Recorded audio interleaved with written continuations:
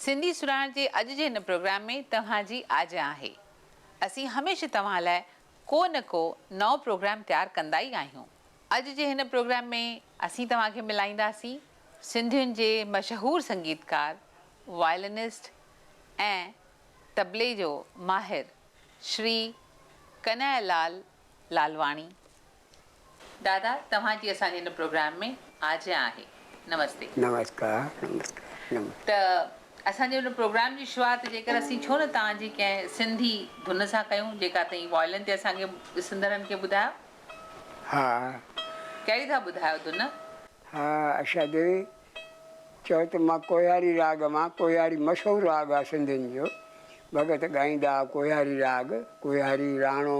त कोयारी में हिकु धुन आहे, पेरे पवंदी सान हथ जोड़ींदी सान रही वञे राति बम। राति बम। शाह साहिब जो कलाम। शाह साहिब। ॿुधायो साईं।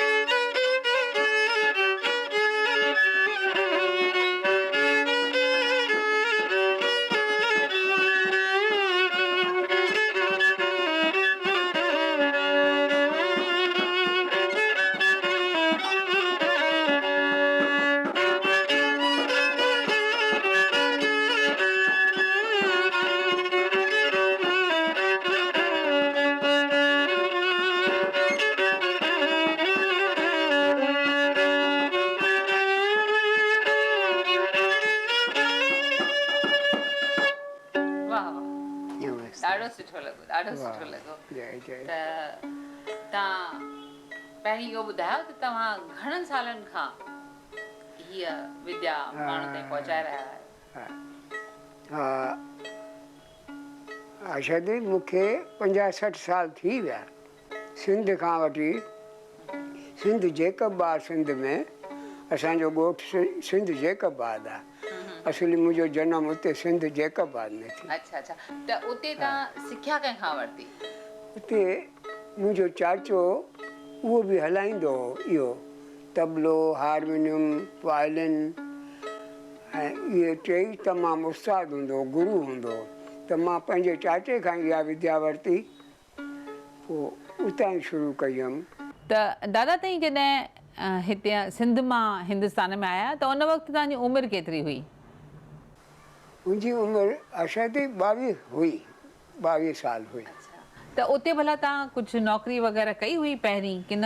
हिते सिंध में त दुकानु हूंदो पंहिंजो पिता जो, मुंहिंजे पिता साहिब जो हलवाई को दुकानु हूंदो। त मूंखे पिता साहिबु साइकिलियूं जो दुकानु खोलाए ॾिनो। त उहो साइकिलियूं जो दुकानु हूंदो कुझु। पोइ उन वक़्तु मूंखे इहो संगीत जो शौक़ु हूंदो। उन वक़्तु मां इहो बि सिखंदो हुअमि चाचे खां, पंहिंजे चाचे खां, भाई मोरूराम खां। वायलिन, हारमोनियम, तबलो, उहो सिखण जो शौक़ु हूंदो। सिखण में मुंहिंजो वक़्तु लॻी वियो।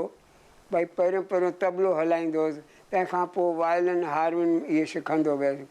पर प्रोग्राम विच में हिकिड़ो अलण फ़क़ीर हूंदो हो हैदराबाद में, उन घुरायो मूंखे हैदराबाद में। पोइ हिकिड़ी सिंधी पिक्चर पियो कढे, त उन को नालो ॿुधो। पोइ सिंधी पिक्चर कढियईं। तंहिंखां पोइ मां कराची वियुसि। कराची में हारमोनियम क्लब हूंदी, जंहिंमें सुठा सुठा कलाकार हूंदा, जंहिंमें इहो A.K. हैंगल एक्टर केरु आहे? हा, A.K. हैंगल। उहो हूंदो। पोइ उहो गज़ल ॻाईंदो, सुठो सुहिणो जवान हूंदो पहिरीं। मां बि छोकिराटु हूंदो।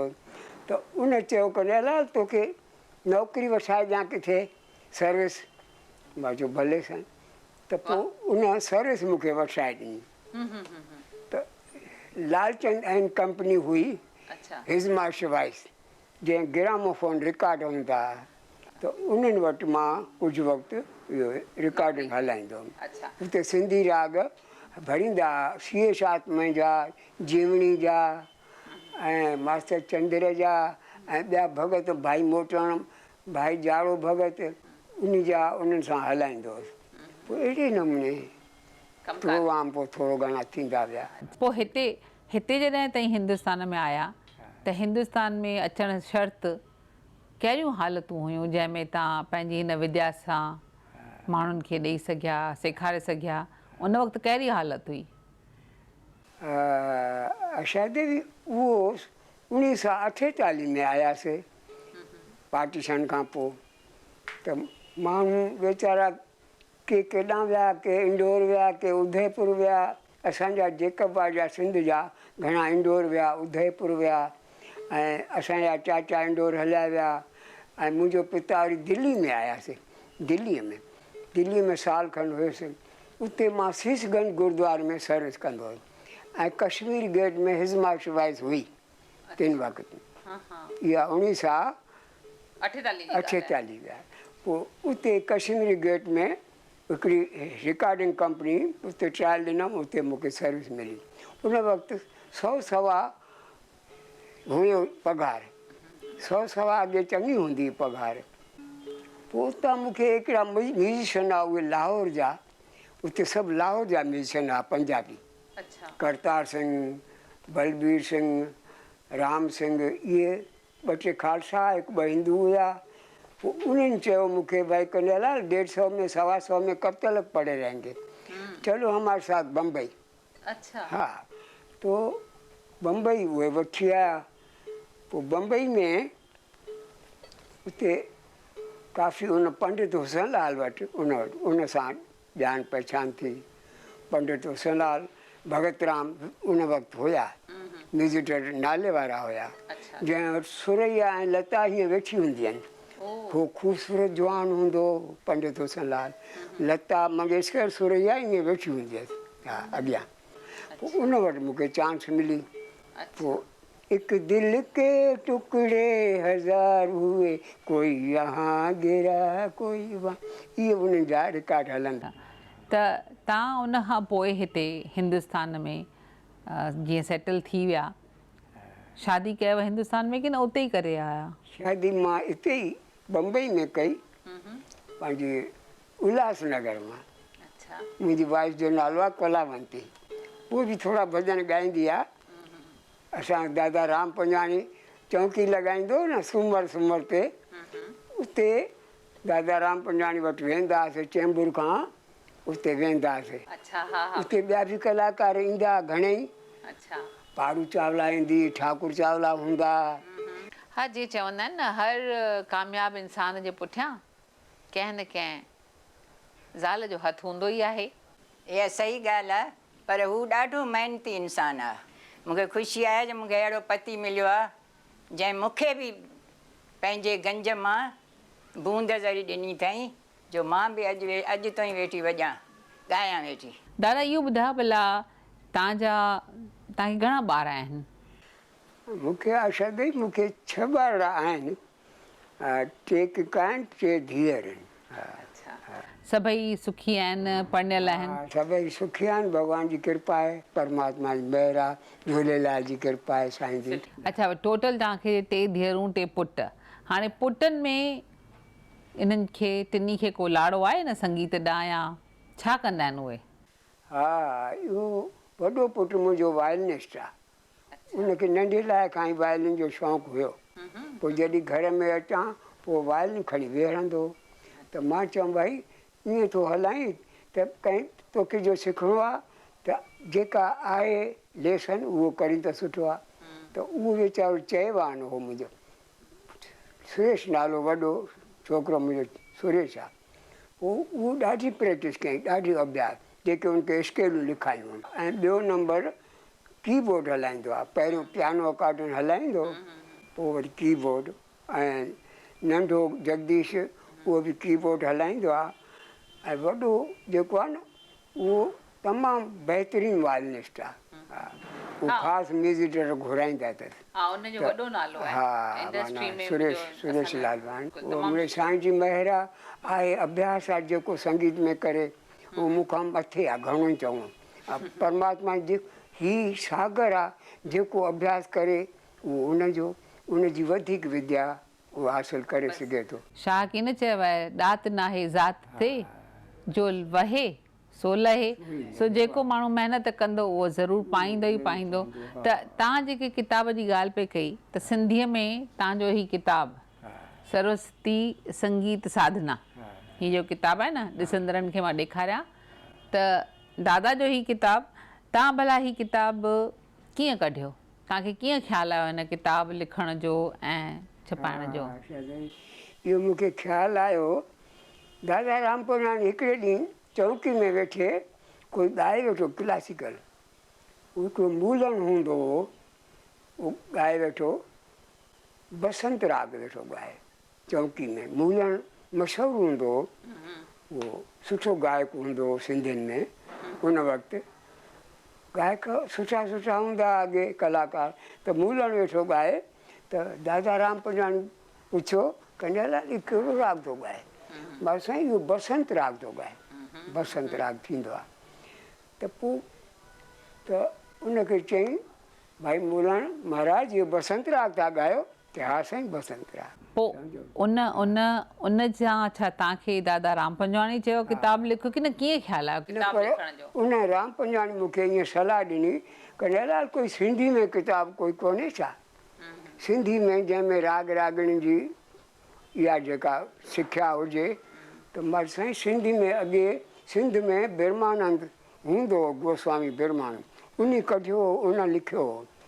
वरी उन खां पोइ उहे किताब इहे थी विया आहिनि। चई पोइ तोखे हेतिरी रागनि जी ॼाण आहे, तूं ई लिखी सघीं थो? बसि साईं हाणे मां कोशिशि कंदुसि, ईअं हुकुम थियो। पोइ मूंखे शौक़ु जाॻियो भई किताबु, पोइ इन करे मां लिखंदो वियुमि, साल खनि हिन में लॻी वियो लिखण में। वाक़ई ॾाढो सुठो किताबु आहे ऐं हिन में तव्हांजा जेके धुनूं ॾिनल आहिनि, केतिरा ई फिल्मुनि जा राग बि आहिनि जेके माण्हू चाहिनि त भई सरगम सॼी लिखियलु आहे, जेको नोटेशन सभु आहिनि। इन जे सचुपचु ॾाढो इहो तव्हांजो वॾो योगदानु आहे जो तव्हां सिंधीअ में अहिड़े क़िस्म जी रचना कई आहे। हाणे इहो ॿुधायो त तव्हांखे हिन सिंधी संसार में काफ़ी नालो मिलियो आहे, तव्हांखे इनाम बि चङा ई मिलिया हूंदा? हा, घणा ई किला भॻवान जी कृपा चङा ई मिलिया असांखे। मूंखे हिकिड़ो इनाम सीता सिंधु भवन में राम पंजवाणी जो कला भवन आहे न, सीता सिंधु भवन, अॼुकल्ह उहे ठाकुर चावला पारू चावला संभाले रहिया आहिनि। सम्झो भॻवानु उन्हनि खे शक्ति ॾींदो ऐं तमामु सुठो संभाले रहिया आहिनि। जीअं बग़ीचे खे कोई पाणी ॾींदो आहे त उहो बग़ीचो उहे हलाए रहिया आहिनि। त उते पहिरियों मूंखे ठाकुर चावला बि मूंखे ॾिनो, हा इनाम ॾिनो, ऐं दयाल आशा बि ॾिनो उल्हासनगर में। ऐं ॿियो मोहन छाबड़ा हिकिड़ो ॾिनो, अञा रखियो आहे कल्याण जी आनंद जी जे हथां, उहो हिकिड़ो घर पयूं घणी निशानियूं। त अवार्ड हिकिड़ो हाणे ही जेको आहे अमेरिका में तव्हांखे अवार्ड मिलियो आहे न? अमेरिका में वियोसि, उते बि अवार्ड ॾिनो। इहो बि सुठो, ॾाढो सुठो। तव्हांजी क़दुरशनासी थिए थी त दिलि खे ख़ुशी त थिए ई थी न, कीअं दादा? हाणे इहो ॿुधायो त सिंधी रागणियूं जेके आहिनि उहे असांजा जेके सिंधी आहिनि उहे हिते वॼाइनि था, ॻाइनि था की न सिंध में उन्हनि जो वधीक मान हूंदो हो इन्हनि रागणियुनि जो? असांजे सिंध में सुठा ॻाईंदड़ हुया भॻत सुरीला तमामु, हाणे बि आहिनि, पर उहे जेके हुया न उन्हनि खे राग रागणियूं चङी तरह मालूम। अॼुकल्ह मूंखां पुछो त अॼुकल्ह जेके ॻाइनि था राग रागनि मां ॼाणनि कोन, इहा मूंखे दुख थींदो आहे। इन करे मूं इहो किताबु लिखियो माना उन मां, पर किताब में तॾहिं बि सिख्या थींदी आहे जॾहिं पहिरियों पत्रो पढ़े, ईअं न सारो उथलाईंदो न ईंदुसि। त इहो ॿुधायो भली तव्हां तबलो बि वॼाईंदा आहियो, त तबले में असांजो जेको ख़ासि को ताल, सिंधियुनि जो को ख़ासि ताल आहे? सिंधी जो ताल घणो करे सिंध में ताल हलाईंदा, दादरो हलाईंदा, झमट हलाईंदा, झमट ताल बि थींदो आहे। त जेको झमट ताल आहे मुंहिंजे ख़्याल में उहो ॿिए कंहिं में बि कोन्हे, असां सिंधियुनि जो ख़ासि आहे न? सिंधियुनि में ख़ासि आहे। उहो कहिड़े नमूने में थींदो आहे उहो ॿुधायो ज़रा? हा उहो ॿुधायो, ताल थींदो आहे उहो ईअं ॿुधायांव थो। जीअं दादा राम पंजाणी जो राग आहे न, सिक में ओ सिक में सिकीअ खे किन सिकाइज हो भलारा साल मुईअ जो ढेंग कॾहिं ता टिंग तक ढेंग ता ढेंग कॾहिं ता टिंग ढेंग तक ढेंग ता टिंग तक ढेंग ढिना किनक दिन तिना किनक दिन ढिना किनक दिन तिना धा नक नक दिन ता नक नक दिन धा नक नक दिन ता नक टिंग कॾहिं ता टिंग तक तक्रांत धा तक्रांत धा तक धा कॾहिं अहिड़े नमूने उहो धमक ताल थींदो आहे। अच्छा उनमें घणी वैरायटी थींदियूं आहिनि। तव्हांखे अहिड़ो को सुपिनो आहे तव्हांजो जेको पूरो न थियो आहे अञा ताईं? तव्हांजी का मंज़िल या मक़सदु, तव्हीं छा करणु था चाहियो वधीक? वधीक आशा थी हाणे ॾिस मुंहिंजी उमिरि आहे 85। हाणे मां छा थो करे सघां? वधि में थोरा ॿार सेखारींदो आहियां। हिकिड़ो विवेकानंद कॉलेज आहे, उते शाम जो 5 खां 6 ॿ कलाक वेंदो आहियां सेखारणु। उहो घुराईंदा आहिनि, पोइ उहो सेखारींदो आहियां। जेके जेके सिखण जी चाहना हुजे उनखे सेखारिबो आहे। ऐं बसि हाणे भॻवान जी कृपा आहे, का मुंहिंजी हिकु एॾी का घणी इच्छा कान्हे। परमात्मा जो लख शुक्र आहे, ॿार पंहिंजे इन ते आहिनि। परमात्मा जी कृपा आहे, इहा आशीर्वाद आहे वॾनि जी, माता पिता जी, झूलेलाल जी, तव्हां भाइरनि भेनरनि जी कृपा आहे। असांखे ॾाढी ख़ुशी आहे जो तव्हां असांजे हिन प्रोग्राम में आया आहियो। मुंहिंजी मर्ज़ी आहे तव्हीं हिकु ॿी धुन जेका तव्हांखे सिंधी रागणी जी का हुजे, को सिंधी राग तव्हांखे वणे, उहो वॼायो हिकिड़ो। हाणे मां सिंधी राग 2 टे राग मशहूरु आहिनि, जीअं राणो, हुसैनी, कोयारी, सोरठ, सम्झ इहे राग मशहूरु आहिनि। भैरवी, सिंध भैरवी। सिंध भैरवी ॿुधायांव थोरो? हा हा भले भले, हिकिड़ो को सिंध भैरवी जो राग ॿुधायो।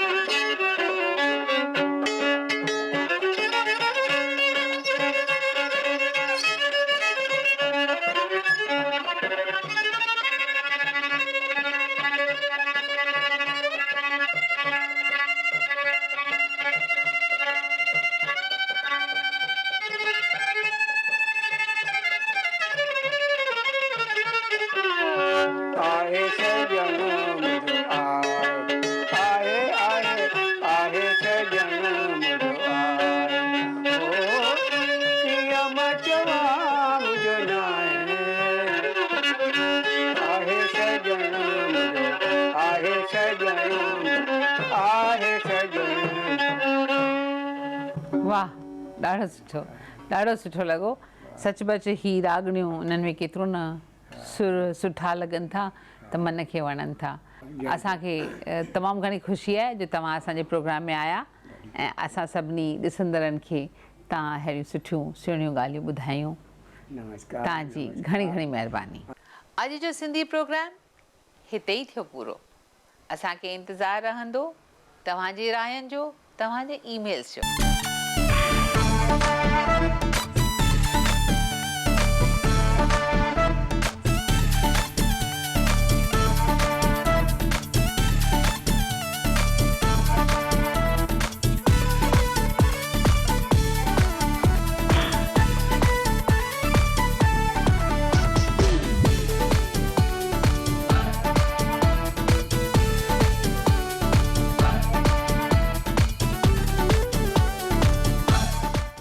प्यारा साथियो, तव्हांखे ही इंटरव्यू वणियो न त पोइ हिन चैनल खे अॼु ई सब्सक्राइब कयो, ॿियनि खे ॿुधायो, शेयर करियो, जीअं घणे में घणा सिंधी अहिड़नि सुठनि प्रोग्रामनि जो लुत्फ़ माणे सघनि। जय झूलेलाल।